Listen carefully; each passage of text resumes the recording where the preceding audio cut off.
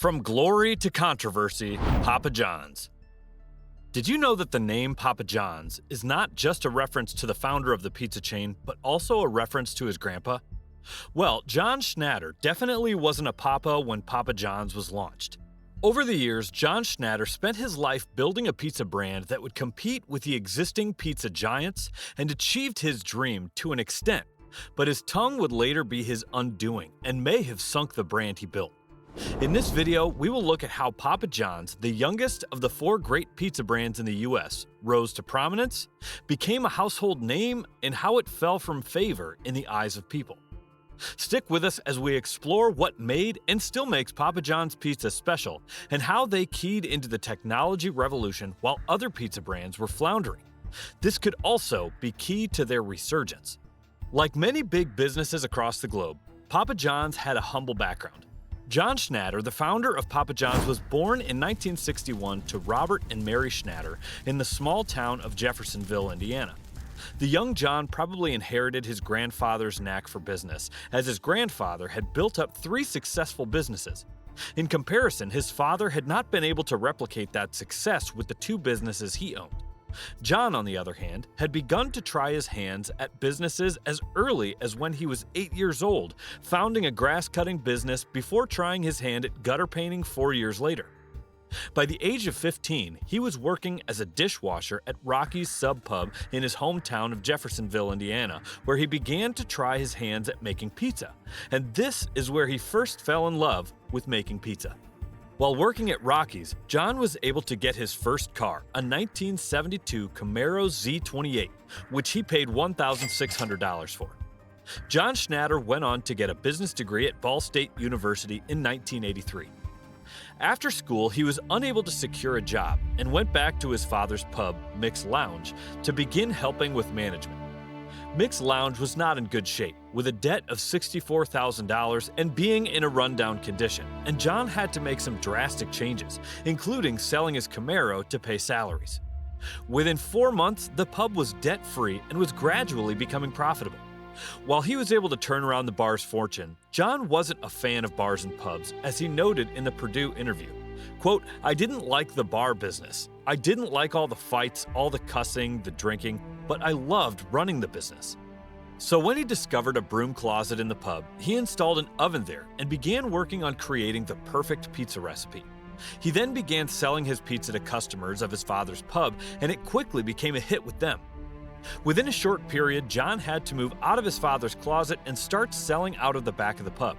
This was in 1984 and marked the start of a global business. In 1985, he moved to a new building and started the first Papa John's restaurant in Jeffersonville. Throughout the first year of business, John personally made all the pizza sold. He strongly emphasized quality ingredients, which was one of the things that helped skyrocket the success of his business. By 1986, Papa John was selling its first franchise, and in 5 years it was opening its 100th restaurant. Its growth only ballooned from there onwards. By 1993, Papa John's Pizza became a publicly traded company, listing it as PZZA on NASDAQ. By the end of the 1990s, Papa John's had over 1,500 stores globally. This success was unprecedented, and it attracted a lot of investors, and its stock prices rose. Papa John's was able to sustain its growth for a good part of the 2000s, and at some point, it even challenged Pizza Hut. While its desire to snatch the market right under Pizza Hut's feet never became a reality, seeing that Pizza Hut and Domino's Pizza still claim about 70% of the total pizza market globally, there was a time between the late 90s and early 2000s that Papa John's Pizza seemed to want to catch up to Pizza Hut.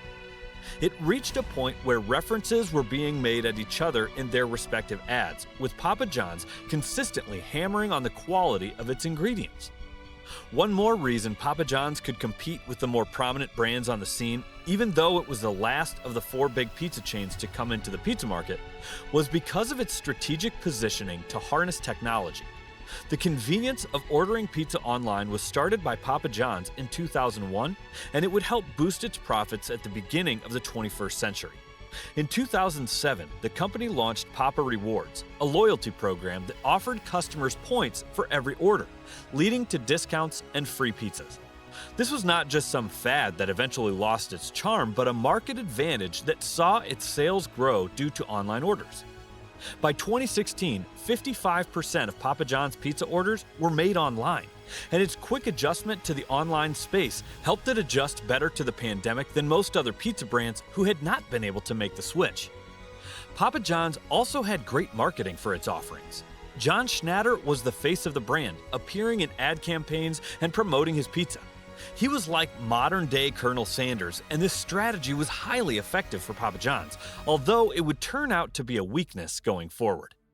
Papa John's had been enjoying consistent growth, and the increase in sales came to a stop in 2018 when it recorded its first-ever annual net loss of $13.3 million, and this did not start in 2018. To get the entire backstory, we would have to go all the way back to 2010. In 2010, John Schnatter, leading Papa John's, brokered a deal with NFL, becoming official partner of the National Football League and the official pizza sponsor of the league.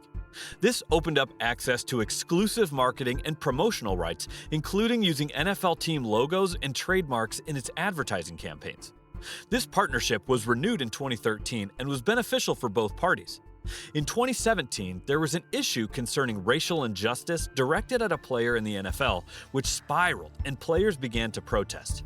During the national anthem, players would go on their knees to protest the injustice, gradually leading to less viewership of NFL games.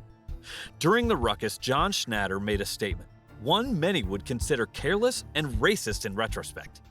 John Schnatter said, quote, "NFL leadership has hurt Papa John's shareholders, and that the protests aimed at racial injustice in the states, quote, should have been nipped in the bud a year and a half ago." This happened in November 2017. Apologies were issued when it seemed like white supremacists were backing the statement made by Schnatter.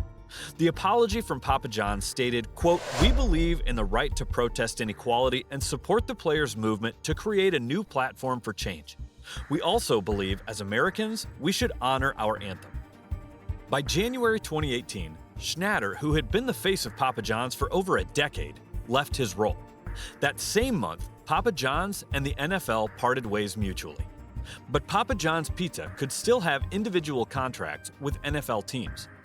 Papa John's shares crashed by 11% due to the statement, and franchise with over 5,000 locations lost 5% of its franchises. This was not his only gaffe that period, as it had been reported that Schnatter had used the N-word amidst other controversial remarks at a conference 2 months prior. When all of this news finally made mainstream media on the 11th of July, John Schnatter resigned as chairman of the company. By this time, the damage was already done. By the fourth quarter of 2018, Papa John's recorded a loss like never before. Upon further inspection of John Schnatter's past, a similar occurrence occurred in 2012. Back then, he had mentioned that the Affordable Care Act would eventually force companies to raise their pizza prices by 11 to 14 cents and that this cost would be passed on to consumers.